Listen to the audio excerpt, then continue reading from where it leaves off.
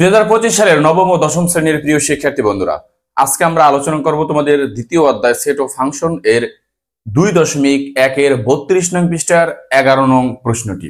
আমরা এর আগের প্রশ্নগুলোর সমাধান জহিরস লাইব্রেরি ইউটিউব চ্যানেল এবং ফেসবুক পেজে 2025 গণিত নবম ও দশম শ্রেণী প্লে লিস্টে দেওয়া হয়েছে, তোমরা দেখে আসতে পারো।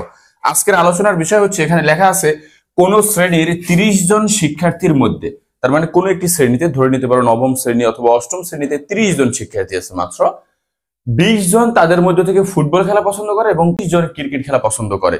এখন এইটা বলার সাথে সাথেই আমার অন্যান্য শিক্ষার্থীরা বলে, স্যার এখানে 30 জন শিক্ষার্থী, 20 জনই যদি ফুটবল পছন্দ করে, ক্রিকেট যদি পছন্দ করে 15 জনে, তাহলে 35 জন হয়ে যায়। আসলে না, বিষয়টা অন্যরকম। একটু দেখো, বুঝতে হবে। তোমরা যদি এই ভিডিওটি দেখতে থাকো তাহলে বুঝতে পারবে খুব সহজে।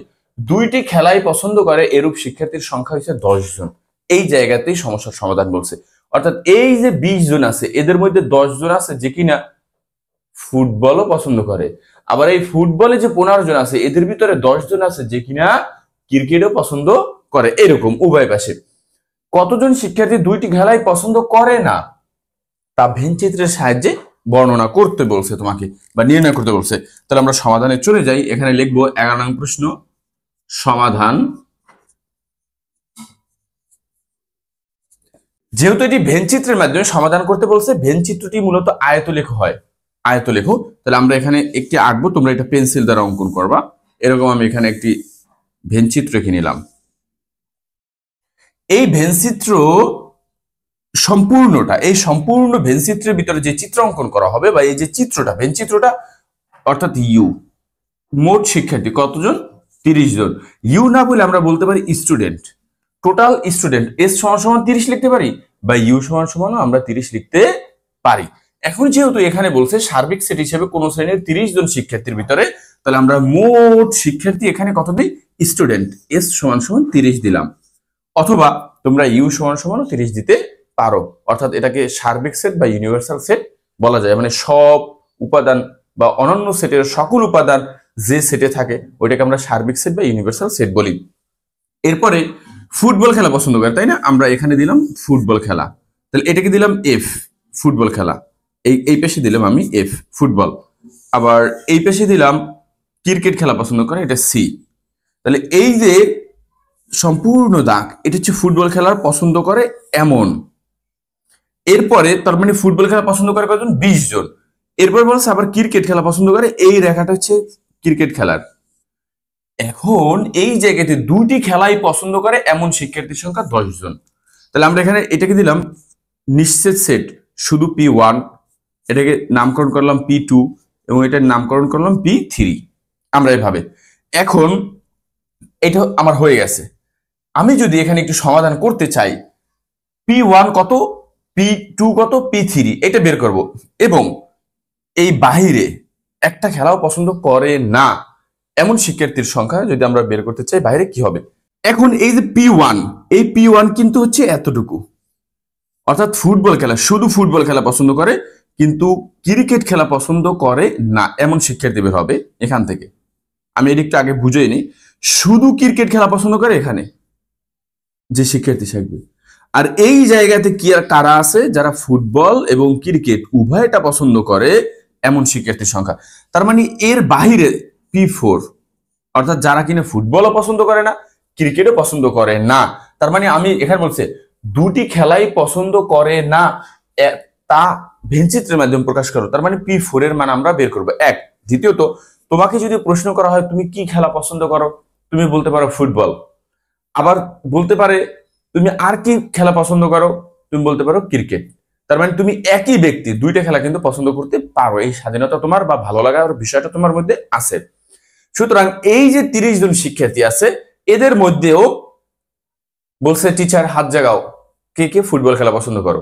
20 জনে হাত জাগাইছে। আবার প্রশ্ন করছে কে কে ক্রিকেট খেলা পছন্দ করো, হাত জাগাও। হাত জাগাইছে 15 জনে, যারা ক্রিকেট খেলা পছন্দ করে। এরপরে আবার একটা তোমার টিচার প্রশ্ন করছে যে ফুটবল এবং ক্রিকেট উভয়টা পছন্দ করে এমন শিক্ষার্থীরা হাত জাগাও, তখন আবার 10 জনে হাত জাগাইছে। ওই তথ্যটা টিচার এখানে তুলে ধরছে। এখন অনেকে আছে হাত জাগায় নাই, একবারও জাগায় নাই। তাহলে এইবার হাত জাগায় না বা খেলা পছন্দ করে না এমন শিক্ষার্থীর সংখ্যা কত? এইটা আমরা এই যে ভেনচিত্র, এই ক্রিকেট এর বাহিরে থাকবে, এই ফুটবল এর বাইরে থাকবে, অর্থাৎ এখানে অবস্থান করবে। তার মানে আমরা এখন লিখব ফুটবল খেলা পছন্দ করে, এই জায়গাতে সমাধান করি। এই চিত্রটা অঙ্কন করার পর এখানে লিখবা ফুটবল খেলা, শুধু ফুটবল খেলা পরে বের করব। ফুটবল খেলা পছন্দ করে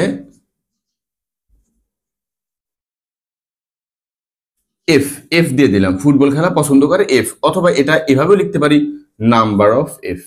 ফুটবল কয়জন? 20 জন, 20 জনে ফুটবল পছন্দ করে। তারপর হচ্ছে ক্রিকেট,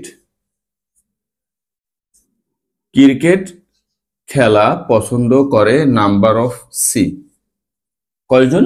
15 জন, 15 জন। এরপরে লিখতে পারি উভয় খেলা পছন্দ করে, এই যে উভয় খেলা পছন্দ করে, উভয় খেলা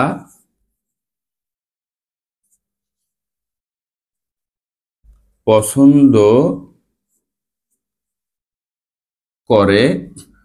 তাহলে উভয় খেলা পছন্দ করে, এই যে এখানে নাম দিছে কি, উভয় খেলা পছন্দ করে P2, তাহলে উভয় খেলা পছন্দ করে P2 সমান সমান 10 জন।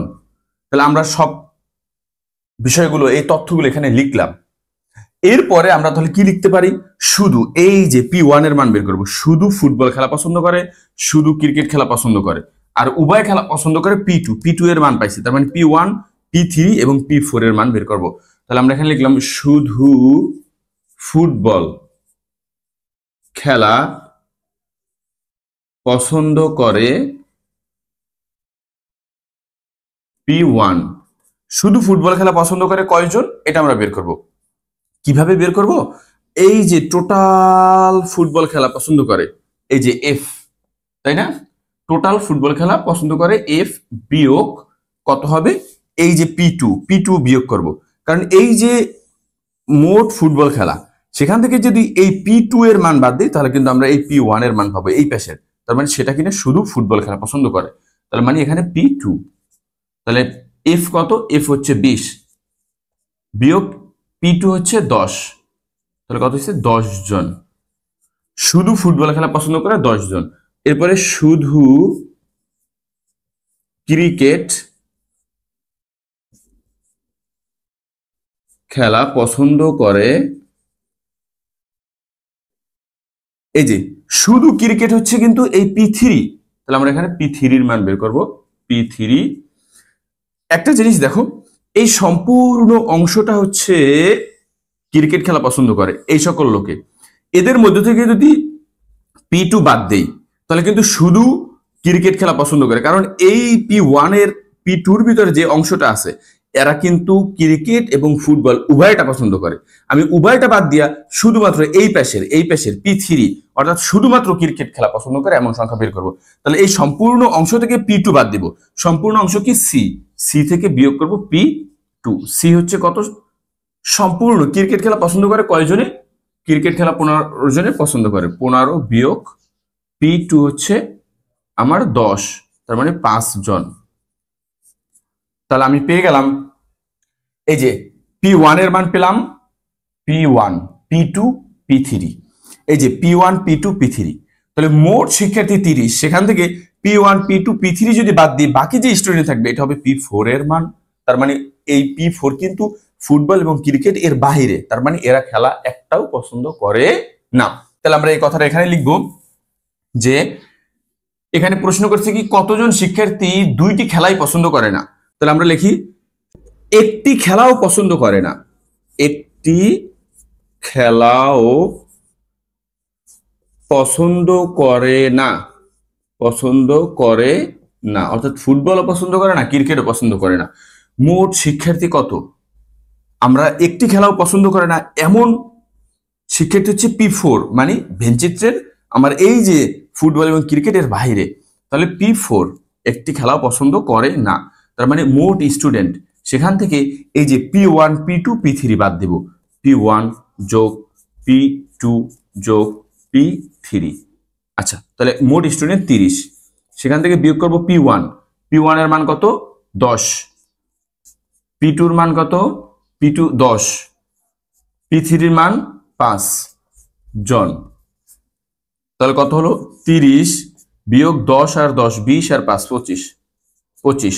সুতরাং 25 থেকে যদি 30 থেকে যদি আমি 25 বাদ দিই, 30 থেকে যদি 25 বাদ দিই তাহলে থাকে 5 জন। এটা কিন্তু আমাদের উত্তর। একটু জায়গার সংকুলন রয়েছে এখানে, এই যে উত্তর। তাহলে আমাদের হয়ে গেল একটি খেলা ফুটবলও পছন্দ করে না, ক্রিকেটও পছন্দ করে না এমন শিক্ষার্থীর সংখ্যা হচ্ছে 5 জন।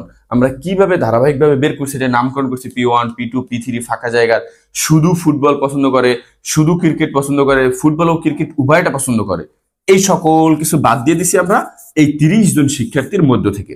তাহলেই তো বাকি যেটা থাকবে এই চিত্রের বাইরে, এরা কিনা ফুটবলও পছন্দ করে না, ক্রিকেটও পছন্দ করে না। এই ছিল হচ্ছে 11 নং প্রশ্নের বিস্তারিত আলোচনা। তোমরা দেখে নাও, বুঝতে সমস্যা হলে কমেন্ট বক্সে জানাও, এবং এর পরবর্তী ভিডিও পেতে অবশ্যই তোমরা আমাদের সাথে থাকতে পারো। আজকে এখানেই শেষ করছি, পরবর্তী ভিডিওতে আবার তোমাদের সাথে কথা হবে।